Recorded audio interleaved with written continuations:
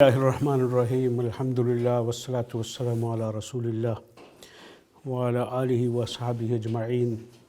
Rabbi shrah li sadri wa yassir li amri wa ahlul 'uqdatam min lisani yafqahu qawli. Once again we turn to Allah subhanahu wa ta'ala, humbly beseeching His grace and mercy and blessings.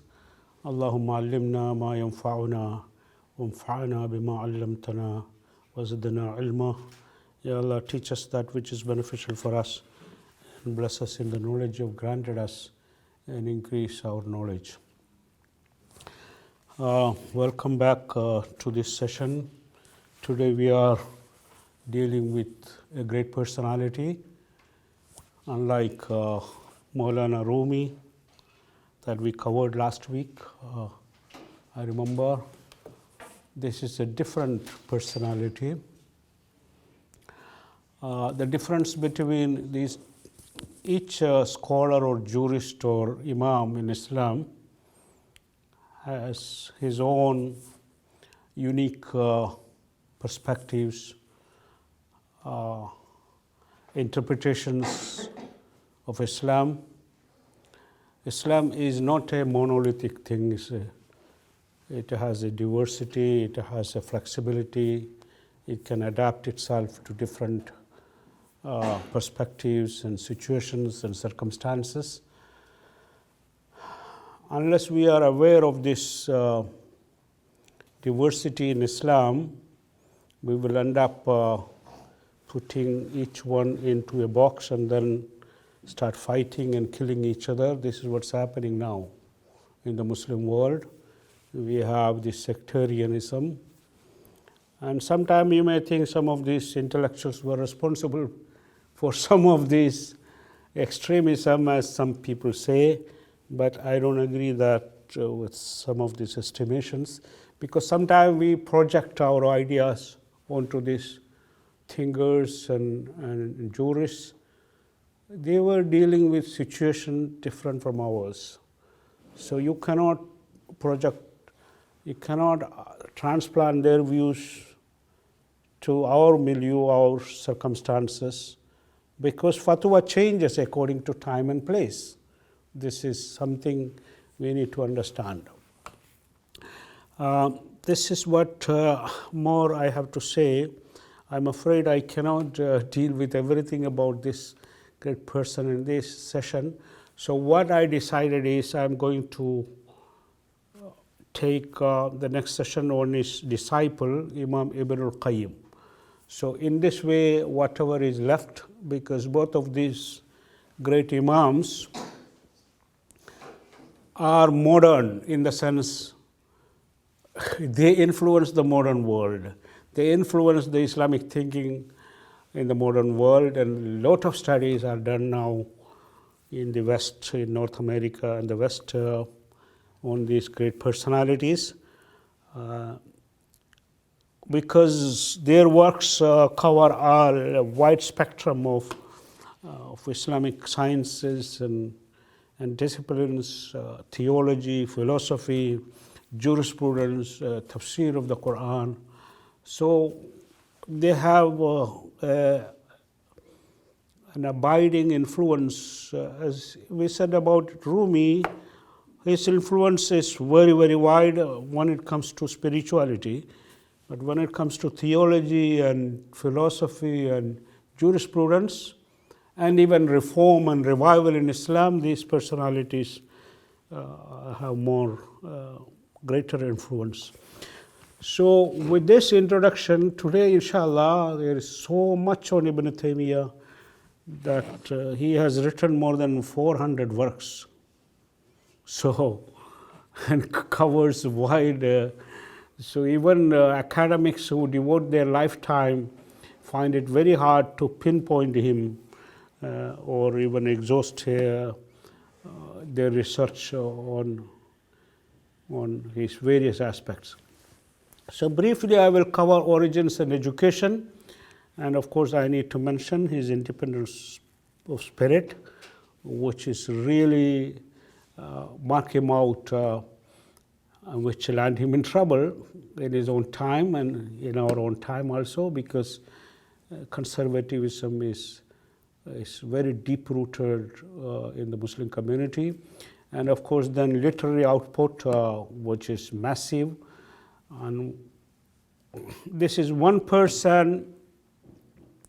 There is a poet who said about Imam Ali, the Caliph Ali, the fourth of the pious caliphs, Ya Aliyu halaka fi kathnani muhibbu ghalin wa mubghidu qali. Well, Ali, in your case, because of your attitude towards you, two types of people perish. Muhibbu ghalin, an extreme fanatical lover for you. Some people fanatically love Ali to put him on a higher pedestal than even Rasulullah sallallahu alaihi wasallam. You understand? So they perish. The same way those who, the haters of Ali, of course, you cannot hate Ali ibn Abi Talib when he is definitely Madinatul Ilm, the city of knowledge. The Prophet sallallahu alaihi wasallam, he grew up in the household of the Prophet. He embraced Islam at the age of 8. He married Prophet's beloved daughter Fatima. He is the father of Hassan and Hussein, and he is La Fata illa Ali. The Prophet singled him out, for his chivalry and his contributions to Islam, and nobody can belittle them. So those who hate Ali perish. Those who fanatically love him and place him above, in extreme goes into extreme, they also perish. The same is the case with Ibn Taymiyyah. Some people raise him to a level higher than even all of the four Imams. Once he says something, that's the gospel truth for them. This is wrong. Ibn Taymiyyah is not infallible.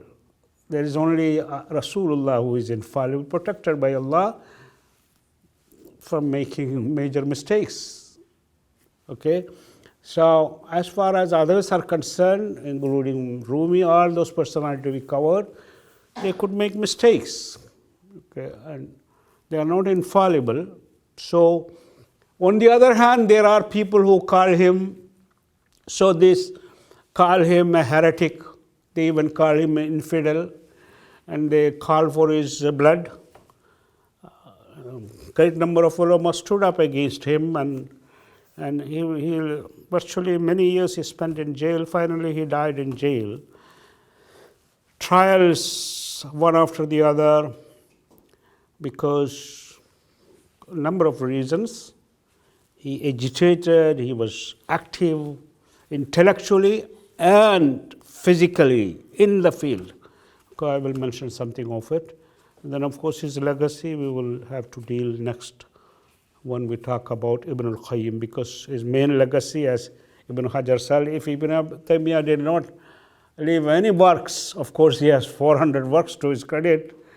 If he had one disciple, Ibn al-Qayyim, that would make his legacy immortal.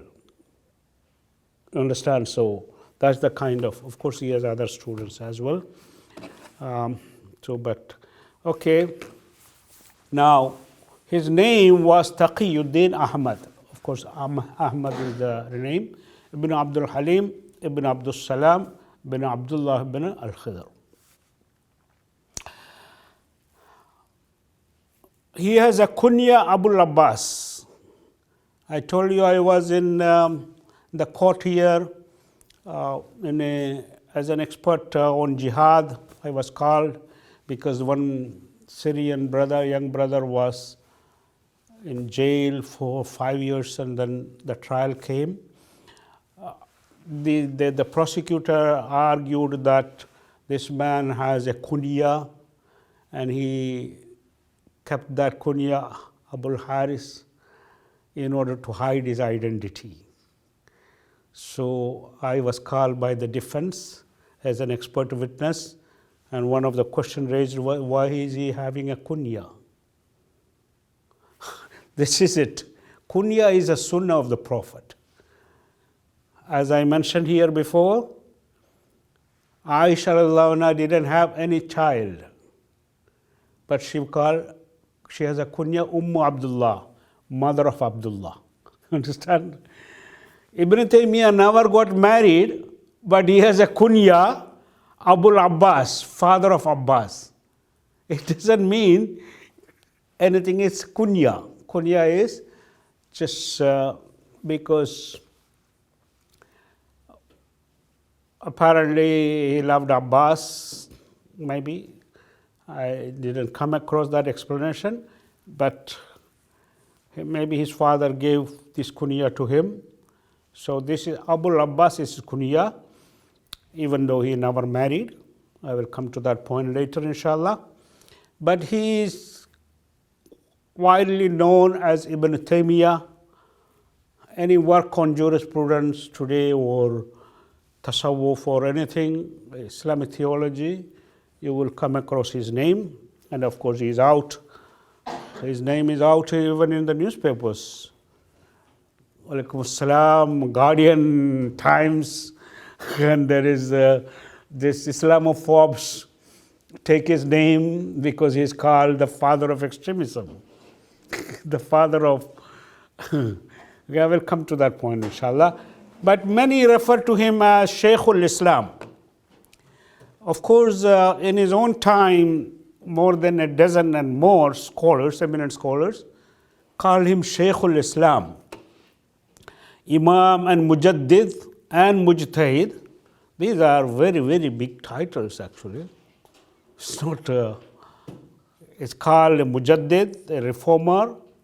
He is called a Mujtahid, the independent jurist, although he belonged to the Hanbali school. But he clearly, on the issue of Zakatul Fitr, for example, this is in Saudi Arabia, if you were to adopt this position, the scholars even will choke you. Although Ibn Taymiyyah sided with Abu Hanifa on Zakatul Fitr. Zakatul Fitr is not necessary to give in grain, you can give cash if cash is that beneficial for the poor. It depends what is beneficial for the poor. So you see how he is independent? Even though he is a Hanbali, he doesn't, he prefer the view of Abu Hanifa on this. And of course, some other issues he will prefer the view of Imam Shafi, on others Imam Malik, because he is an independent jurist. He condemns blind taqleed, imitation. But at the same time, he agrees that layman who doesn't know, who is not an independent jurist, he should follow one of the four schools, yes. Okay, while others consider him as controversial, especially the extreme Ash'arites and Mu'tazilites and extreme Sufis condemn him because he really was against extreme Sufis, condemned them. He condemned Ibn Arabi. He is of the opinion that Ibn Arabi is a pantheist. Even though as a young man, he loved Ibn Arabi, but then when his deep research, he was led to believe that Ibn Arabi is a pantheist. So he wrote extensive works on it. And of course, today in the academic circles, a lot of dissertation done even on that topic. Okay, so he is considered controversial on that, on number of issues. He was born in the year 661, that is 1263 CE in Harran. Harran is a very famous place that is where it was a seedbed, a stronghold of Serbian religious tradition, and of course philosophy and theology flourished there. Some people prefer to call him of an Arab origin. This question is not very relevant from a purely Islamic perspective because Islam does not attach any value to race, because all of us from Adam wa Adam min turab. That's why Salman al-Farisi, Bilal and others, when they were asked, Bilal would say, I am a servant of Allah. I am from the mud and I will go back to the mud. Salman al-Farisi will say, my father, they would ask him, who is your father? So he would say, Abil Islam, La abali siwahu, idha iftakharu biqaisin aw tamimi. My father is Islam. Of course, he comes from a very noble Persian stock. His father was a big guy, landlord and chief in a Persian district. But he attaches no value to it. He would say, my father is Islam. And when they boast about their father lineage to Qais and Tamim, because the Arab national races used to boast.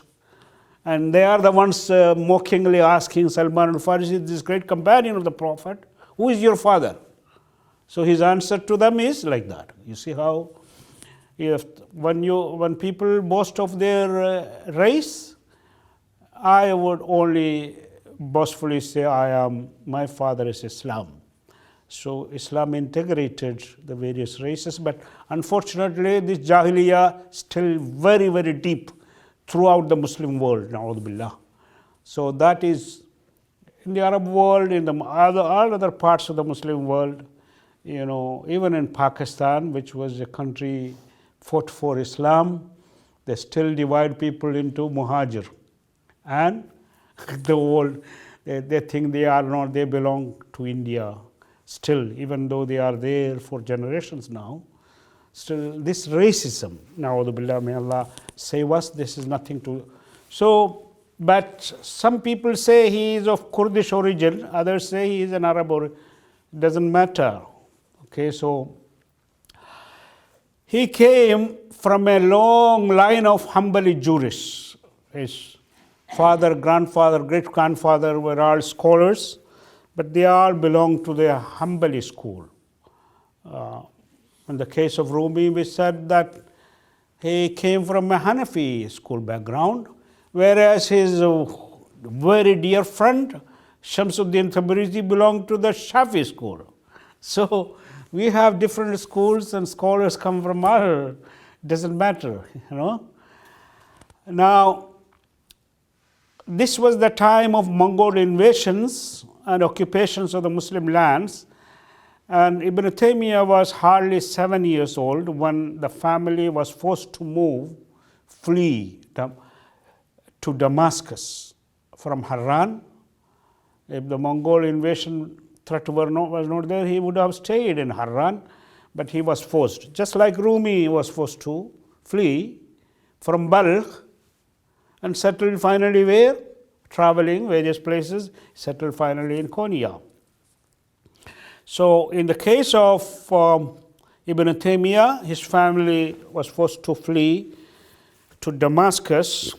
So you see what Ibn Taymiyyah, very, very sharp, very sensitive mind he has. So this is a trauma, the whole family, all the belongings on one mule. Another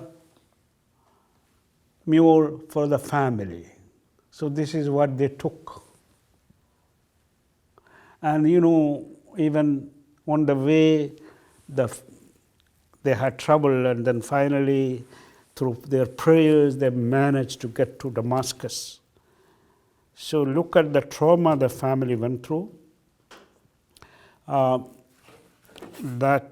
Definitely, he started his education early under his father. By the age 7, he had already memorized the Quran and started pursuing serious studies.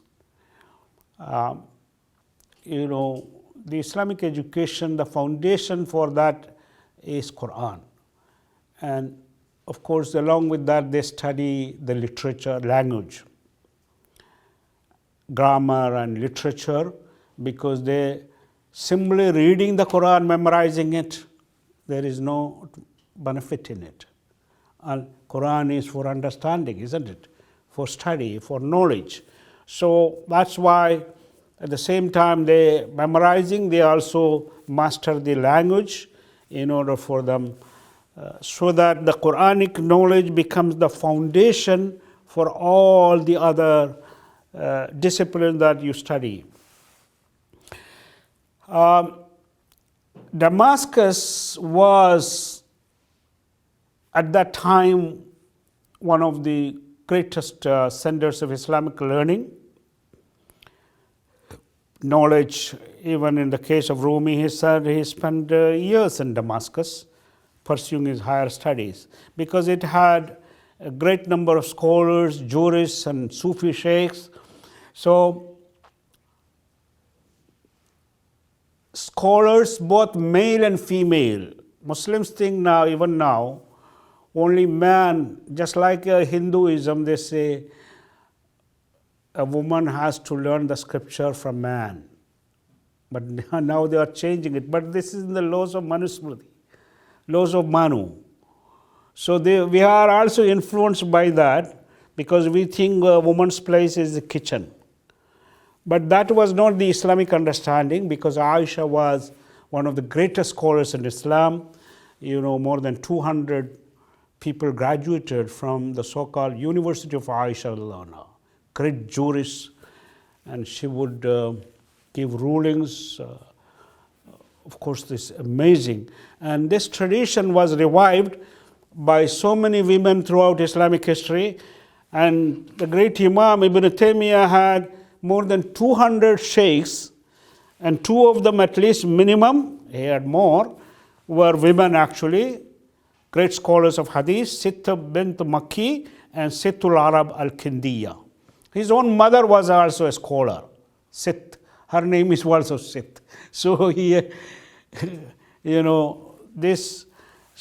studied under these great scholars of hadith and fiqh and Arabic literature and Quran and usul al-fiqh and others. Ibn Taymiyyah was far ahead of his age, even as a child. He was noted for his great intelligence and proverbial memory, actually. The memory of scholars in those times, maybe we lost it now, they thought that when you write something, it can be eaten, you can lose it. But when you retain it in memory, because they had such miraculous memory, it will never be lost. Because paper can get damaged, especially the kind of tools, the paper they used to use, that's easily it can be spoiled, it can be discolored, it can be erased. So the scholars at that time attached more value to retaining things in memory. Amazing, I may have mentioned it here, there was a scholar was sent to get a copy of a manuscript, a huge manuscript, to another city. I don't remember the exact city. So the scholar sent one scholar, young scholar, to copy that manuscript. And he came back after some time, and they said, "Where is it?" He said, "Sit down, I'm going to dictate it from beginning to end." And this is what he did, it is copied. So he's copied in the memory. This was the case with Ibn Taymiyyah. He would read a book 3 times. The entire content inscribed in his memory as if it is inscribed in a stone. So Damascus at this time was famous for its libraries, some of the best libraries in the world. Europe was in dark ages. You have to know that. The best libraries in the world were nowhere but in the Muslim world. Spain had some of the best libraries. Can you imagine that? Islamic University, International Islamic University of Malay of Pakistan said they have 100,000 volumes. Whereas Ibn Hazm said the library he was sitting and working at more than 400,000 volumes. And it's only one library. They had 30 libraries in Granada alone. Can you imagine that? So, what if you were to gather all the books in those libraries, it would be, but see what a sliding back.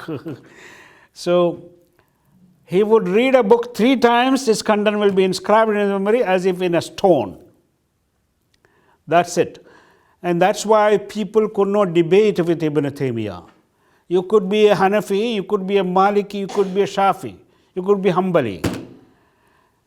If they debate with him, he will cite from memory, from the books of the Hanafi school, even though he is not a Hanafi, that an Hanafi expert will be baffled. He doesn't remember, but he has already retained it, memory. So nobody, no debater could defeat him, and actually he developed this.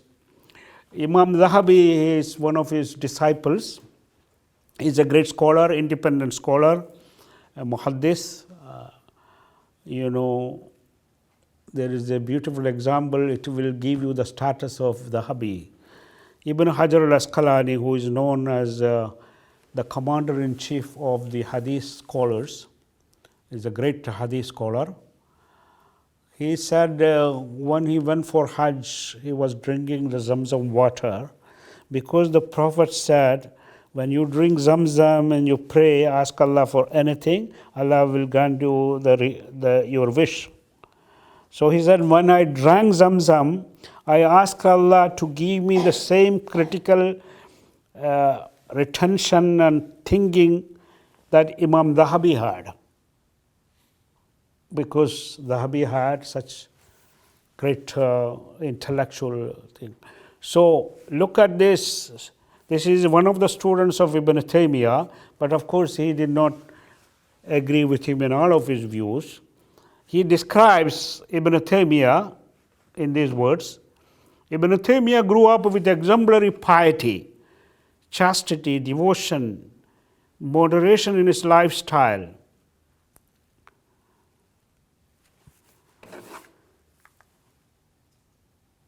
You know, that exemplary. As a child, he would attend circles of eminent scholars and engage them in debates.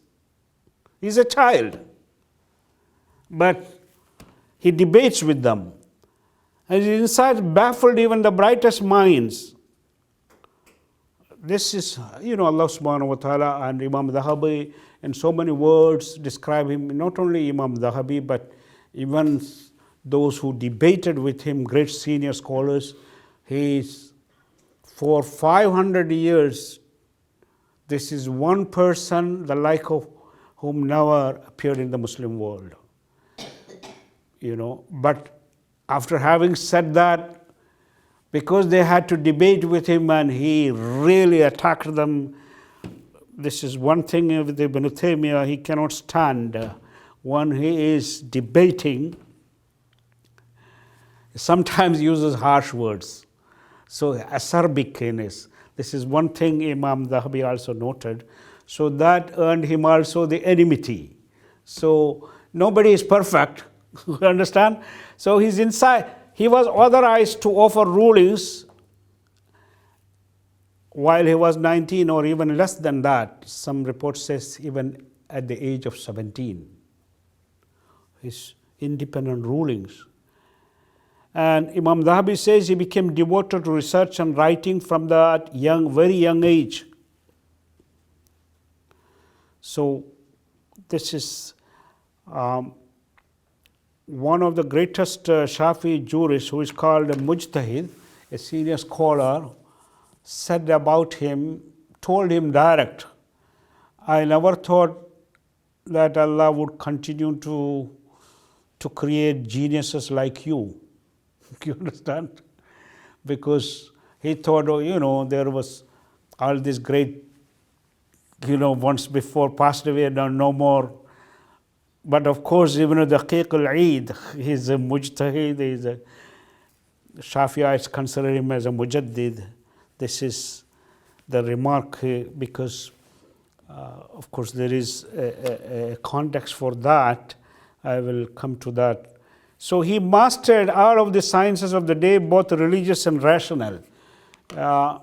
Ironically, he is called the father of Salafi school, which I differ with. Salafi school is against rational sciences. But in the case of Ibn Taymiyyah, he mastered philosophy, he mastered theology. Although he is attacking it, he is refuting their arguments, because just like Rumi attacked the philosophy, isn't it? But they know philosophy. In order to attack something, you have to master it.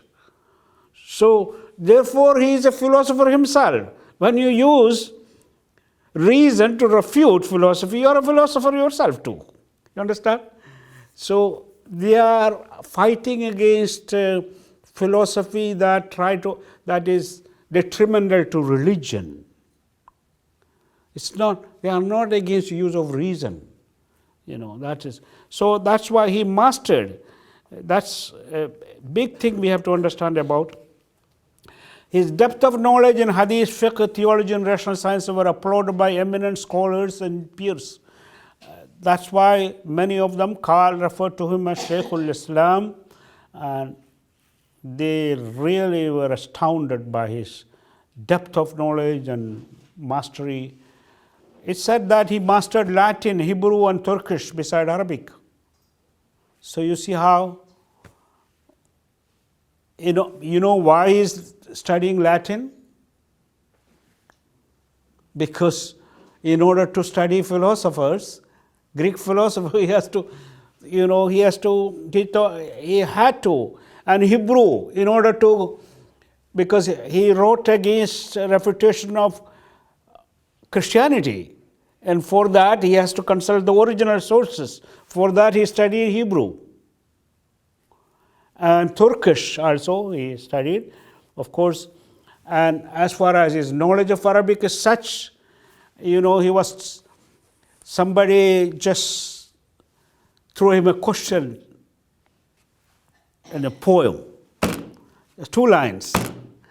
He stood there on 1 foot and extempore, he composed a long poem. That's his mastery. Okay? He would sit, in one sitting, he would write an entire treatise without consulting any references. All from his, of course, he would refer to the sources from his memory, because his memory is a library. This is why, this is the kind of personality that Ibn Taymiyyah was. And when his father, a prominent Hanbali scholar, died, of course, his father was the dean of the Sukaria school. Sukaria is a Hanbali college. And he was also a lecturer, a professor lecturing in tafsir in Umayyad Mosque, the famous mosque. Only great scholars are allowed to do that, are appointed to that. His father, he succeeded. When his father died, he succeeded to his as a dean and also a professor at the Umayyad Mosque at the age of 21. So his lectures were on tafsir, and his fame spread far and wide, and people flocked to him for rulings and knowledge, fatwas. There are all kinds of, from everywhere, people send him questions in theology, usul al-fiqh, usul al-fiqh, and seerah, and all kinds of tasawwuf. And Ibn Taymiyyah's milieu was characterized by deep political crisis. The Abbasid Caliphate had declined, followed by the Mamluks were, the Mongols had invaded and occupied various Muslim cities. The Abbasid Caliph crumbled, and it was Mamluks were ruling. And the uneasy state of affairs deeply tormented his sensitive mind. We already mentioned that he was forced to flee his native place, Haran, and it was a very arduous journey. They had they had to go through a lot of traumatic experiences. So this impacted very heavily on his conscience. And what happened? His critical mind reacted to the story's state of affairs. This is what happens. Each person is very sensitive. And then what happened? He accompanied his father to Hajj at the age of 20.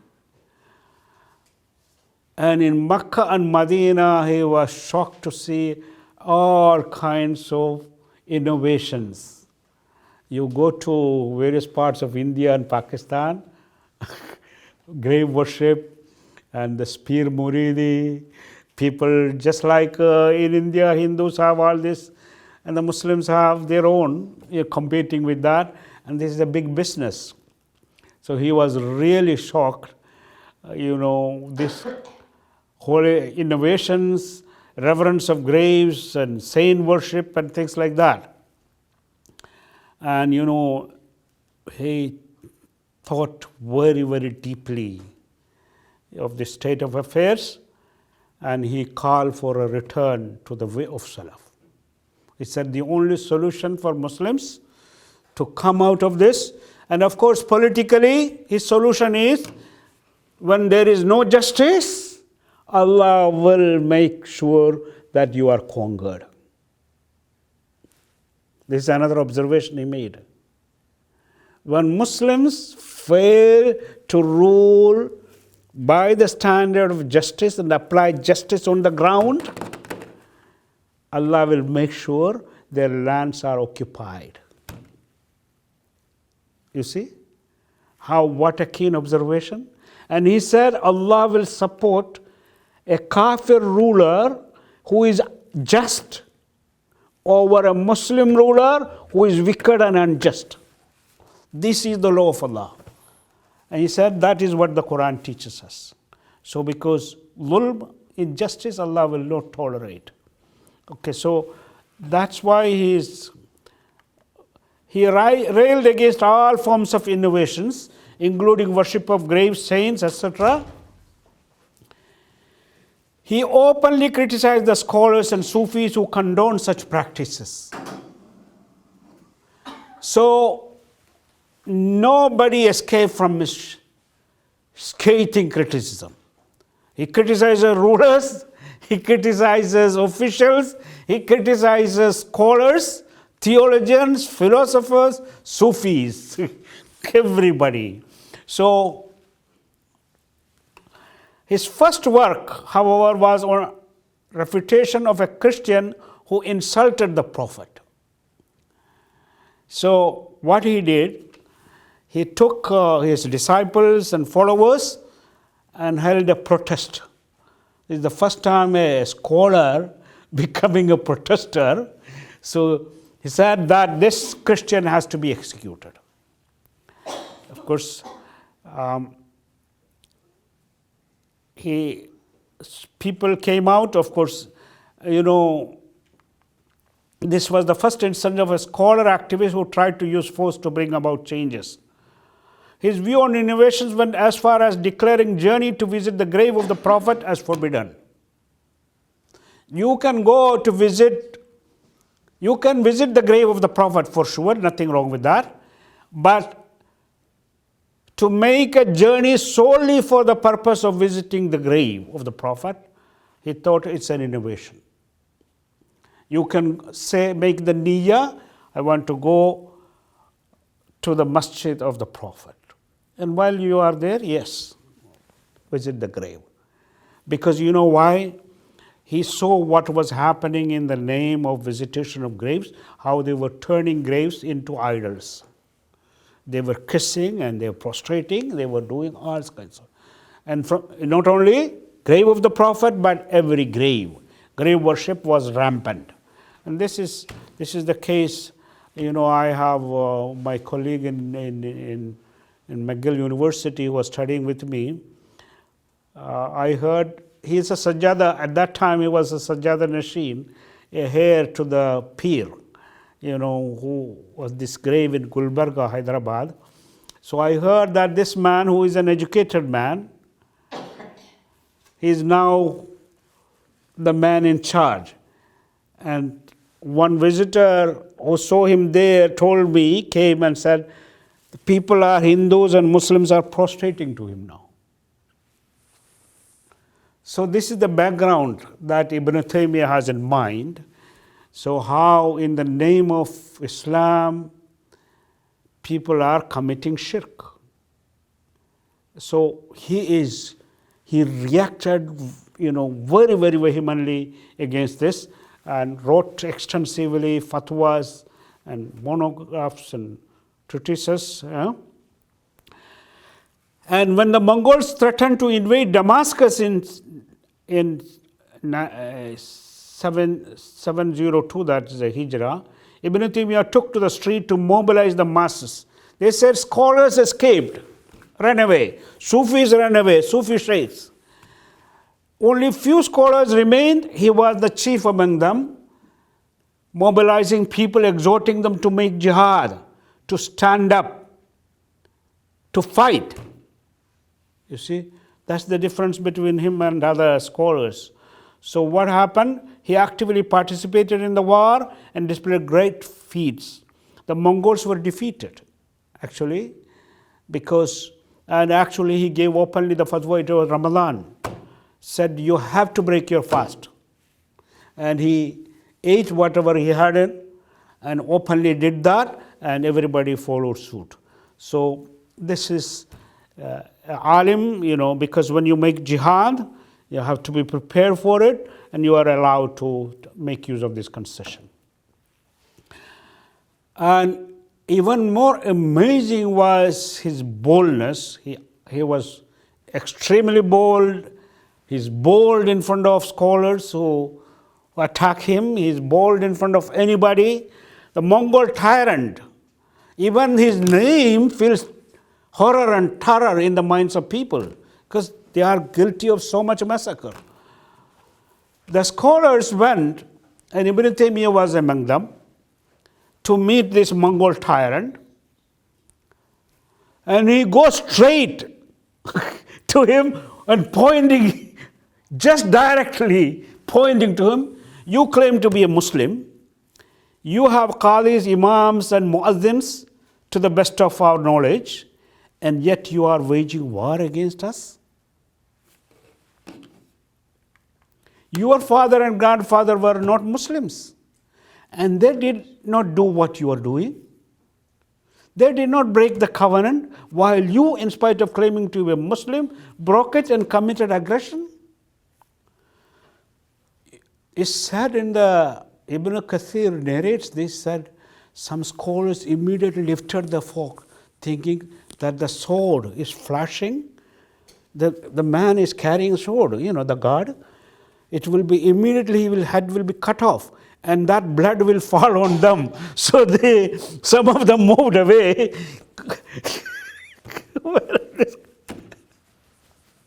His boldness astounded other scholars who moved away fearing for their lives. My goodness. One of them, when they were, but of course, this Mongol was as if he had become lost. He could not see how someone, who is like a dervish, he is not dressed up in a luxurious, just symbol, what kind of a daring man is he? Instead of, Ibn Taymiyyah fearing, he is the one fearing him. You understand? He didn't say anything. So they returned. So while back, one of the scholars asked him, why did you, speak in so rashly? He said, weren't you afraid of your life? He said, I had no fear of him. Only a person who is sick at heart would fear anyone beside Allah. You see, that shows how Ibn Taymiyyah was. No matter how many mistakes he may have made, he feared none, and he His life is an example of that. He is willing to pay for what he believed to be true. Sometimes scholars may disagree and fight him, but once he is convinced that this is a true position, he has no fear of anybody. This is. So Ibn Taymiyyah's courage to stand up for what he believed earned him admiration of scholars and laymen alike. That's why Ibn Taymiyyah said, when he heard, and so I never thought that Allah would create people like you with this kind of qualities, So he thought that it's only bygone days you can see this.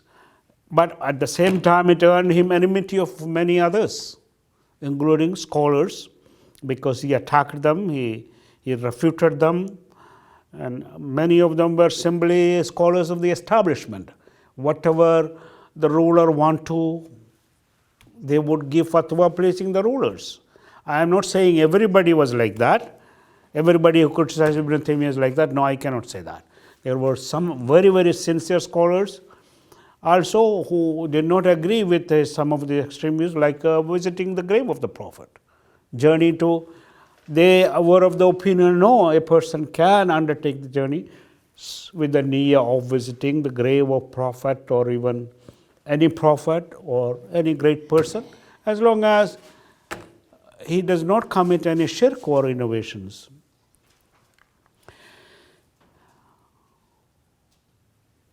Now, there is a book out there, Zahid Ghudda, our young man, his father was a great scholar.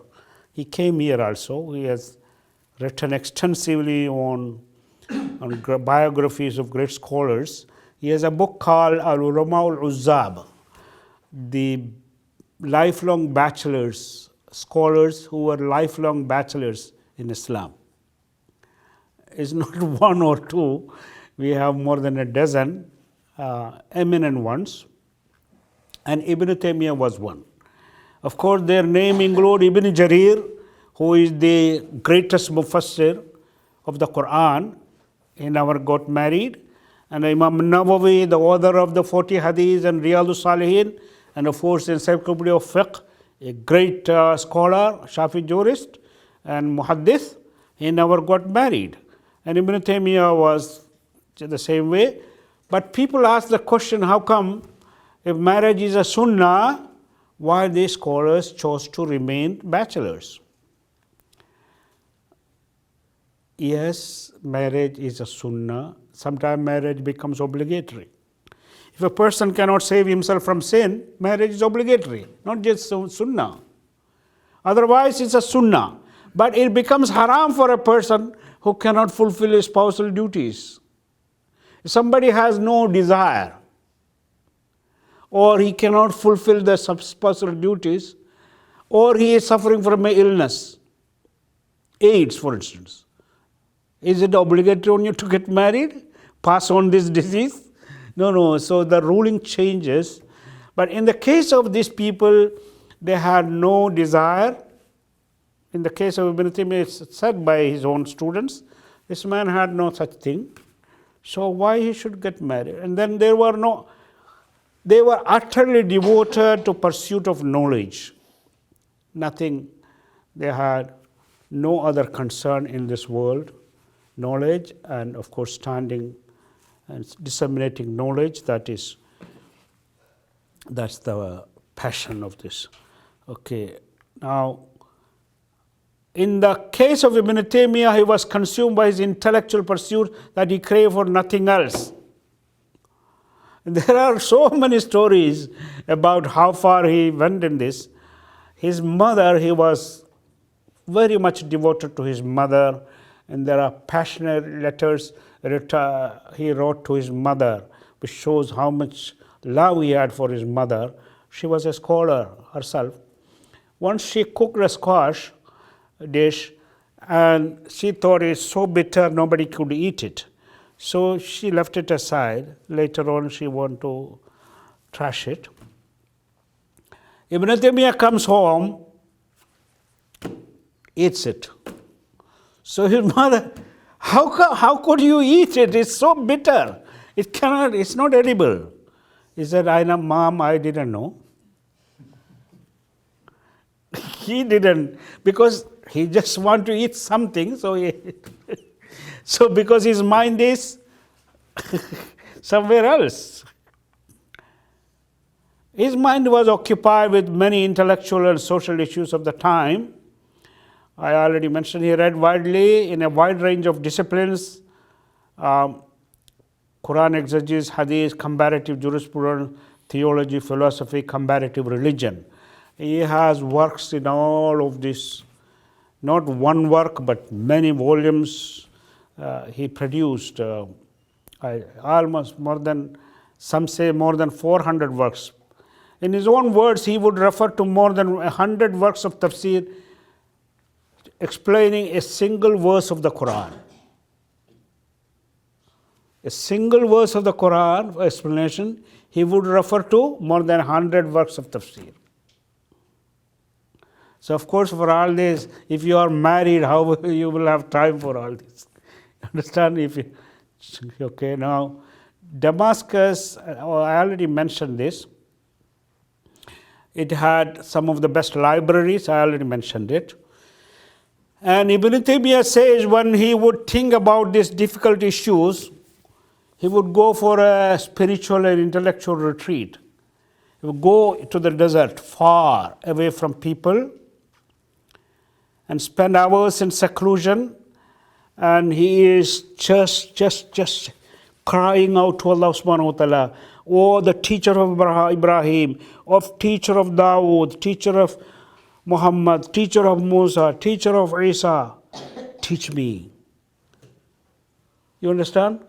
So he wants Allah to open his heart and mind. So of course, no doubt he wrote more than 400 works,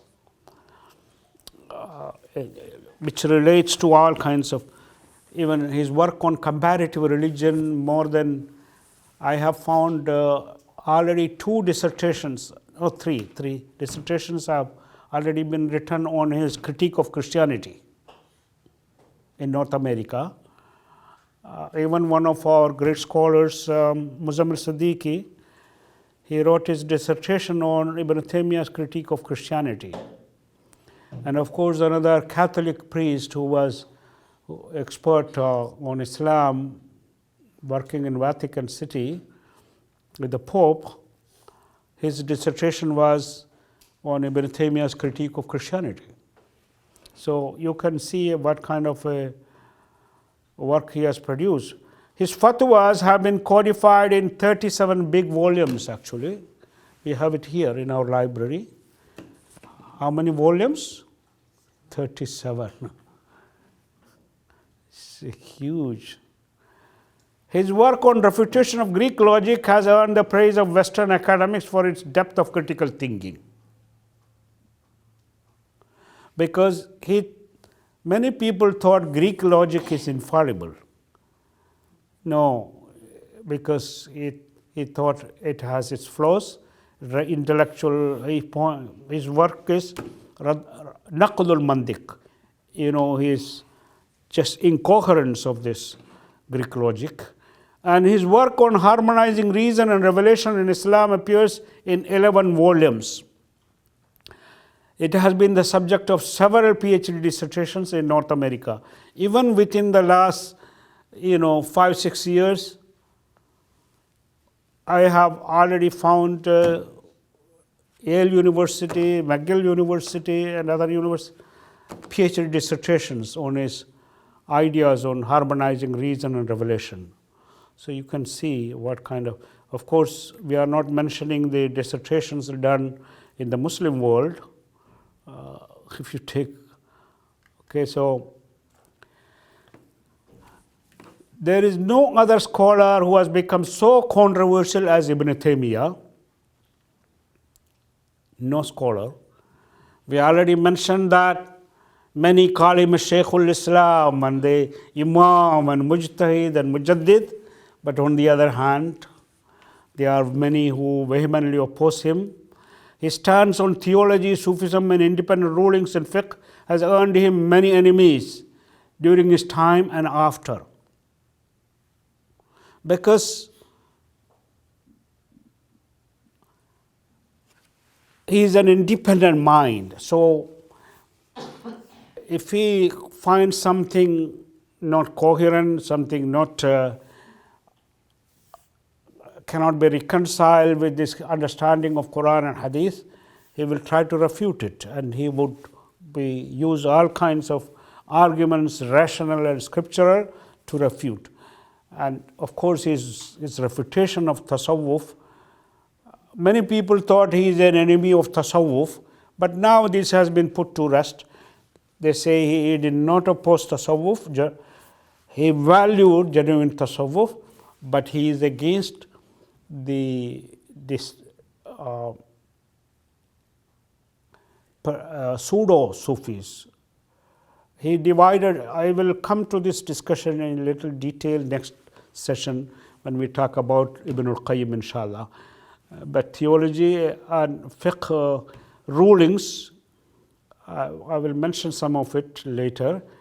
This, his attacks on theology, critical works on theology, Sufism, and fiqh earned him many enemies. There is no doubt, I already mentioned, he is one of the most influential thinkers. But ironically, the Salafis call him as the father of Salafism. They refer to him, and even extremists like bin Laden, and lately even Daesh referred to him for support. This is an irony, but the latter exploit his fatwas against Mongols to justify their waging war against fellow Muslims. Because Daesh says that because Ibn Taymiyyah allowed war against Mongols. Of course, Mongols later on had converted to Islam, but it was a nominal conversion. They did not. They attacked Muslims. So don't you stand up to defend yourself? That's what he said. He did not say you go and attack other Muslims. But they are using this wrong way. And Islamophobes consider him as the father of Islamic extremism.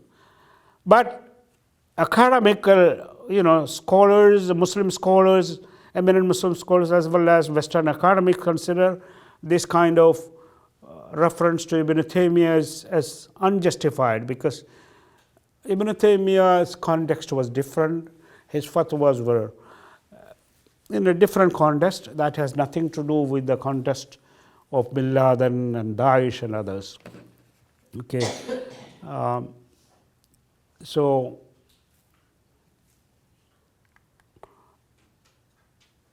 in his own time, the theologians, both Ash'arites and Mu'tazilite, he earned their enmity because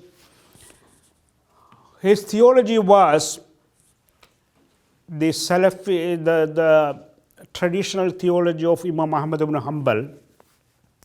Ahmad ibn Hanbal, in his stand against the Mu'tazila were rationalist theologians who thought that when Allah says in the Quran, refers to his face and things like that, they thought that would be like lead people to think that Allah is like anybody, a man or human form.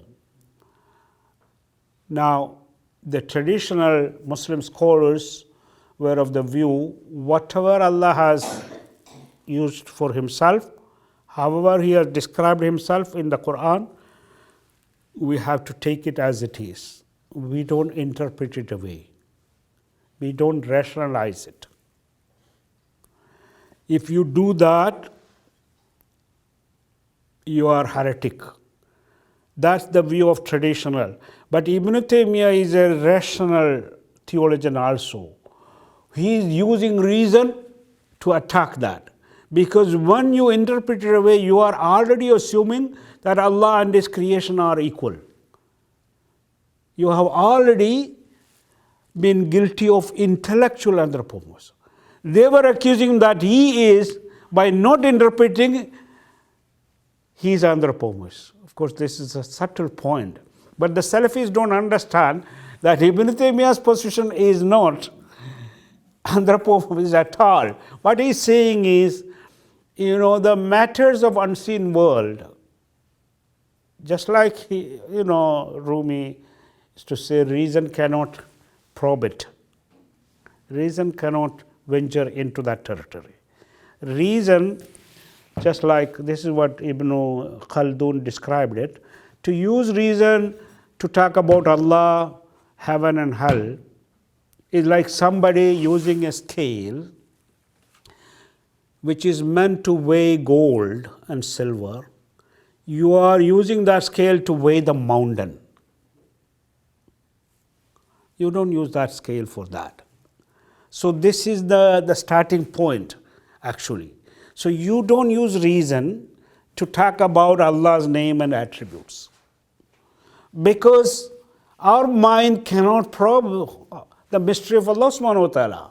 So we should keep silent. Let Allah speak about himself. We cannot, reason can lead us that there is a creator, yes.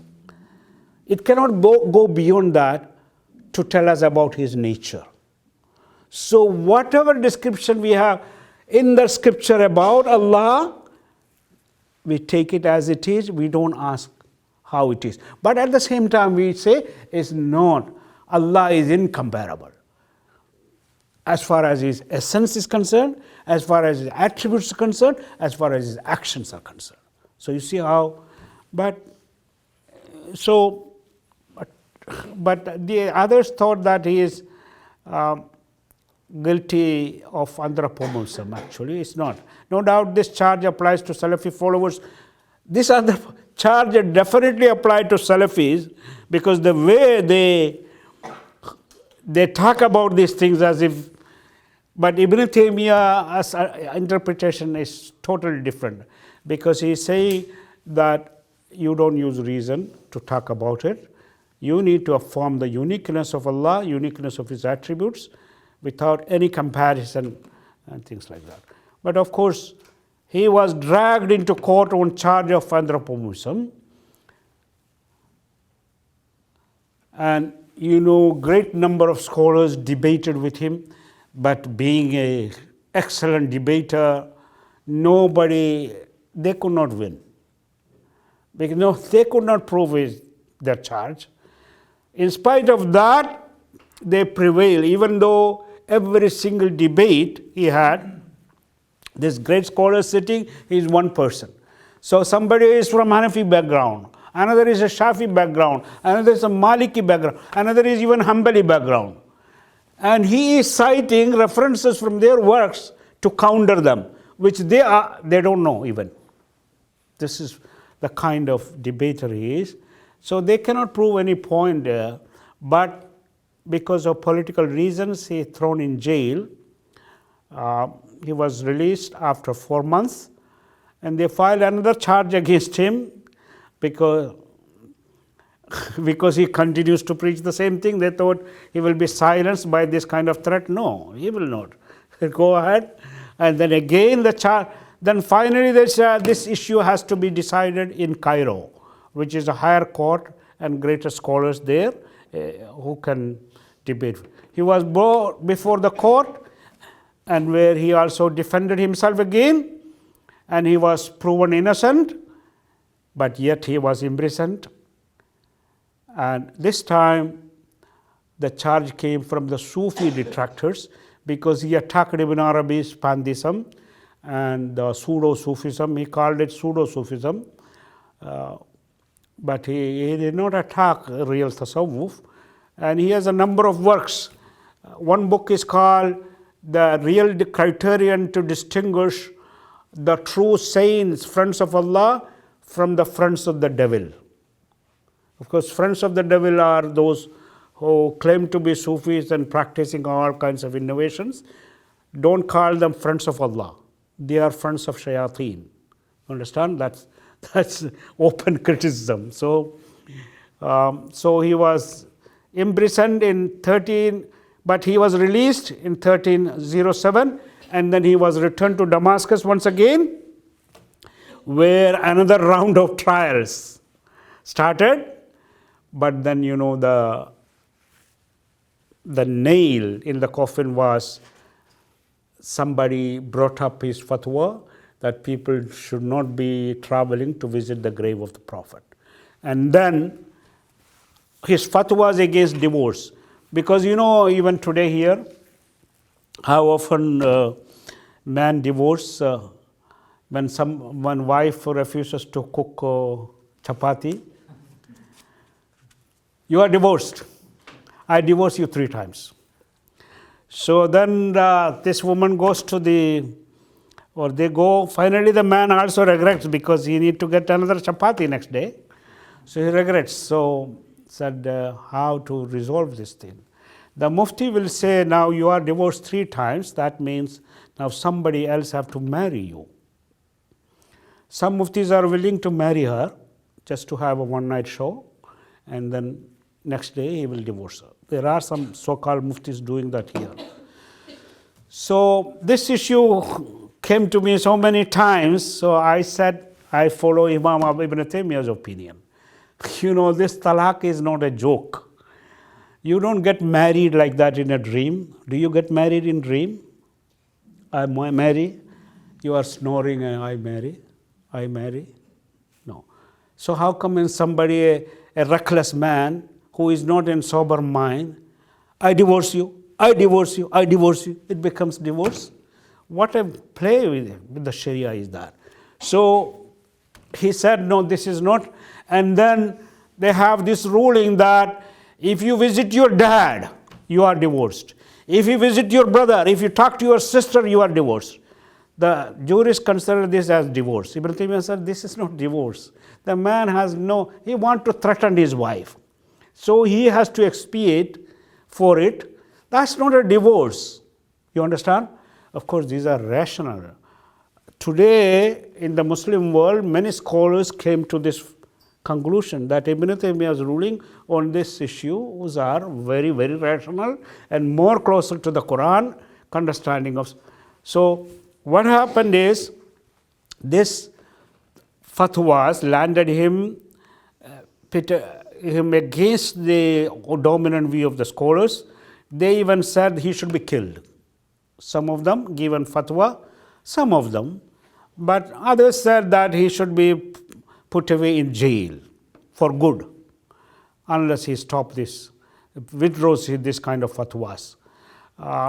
He finally, but when he was in jail, great throng of visitors, they wanted his opinion. People want to learn his disciples. They said that nobody should be allowed to visit him. And then, of course, then he started writing more. He said, no, they take away the paper and pen from him.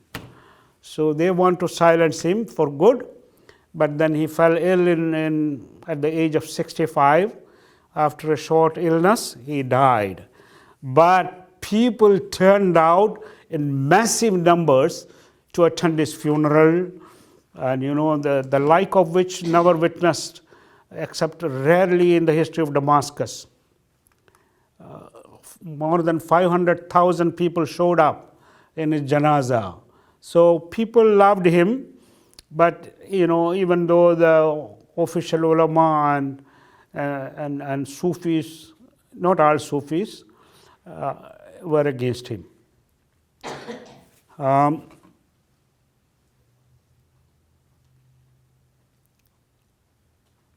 Now, he faced his trials. This man, he had chance to take revenge from his enemies whenever he was out of jail. But he said, no, I forgive them all. I forgive them all. And look at the pieces. What can my enemies do to me? I have a paradise within me, he said. My detention serves as a spiritual retreat for me. If they kill me, I achieve martyrdom. The real prisoner is the one who is cut off from his Lord. I wish my detractors knew the spiritual bliss I am experiencing. When he is in dungeon, in a dark room, that's what, that I'm enjoying that peace from Allah subhanahu wa ta'ala. Of course, I have a lot of things to, some of these issues, his stand on tasawwuf and others, we will discuss next session, where we are devoting to his greatest disciple, Ibn al-Qayyim, inshallah, because otherwise we are not doing justice to us. And also we will talk about some of the controversial views that is ascribed to him. I pray to Allah subhanahu wa ta'ala that Allah inspire us to love him, to love his messenger, and to love those who love Allah and his messenger, and inspire us to love the work that would bring us closer to the love of Allah. Subhanakallahumma wa bihamdik, nashhadu an la ilaha illa ant, nastaghfiruka wa natubu ilayk.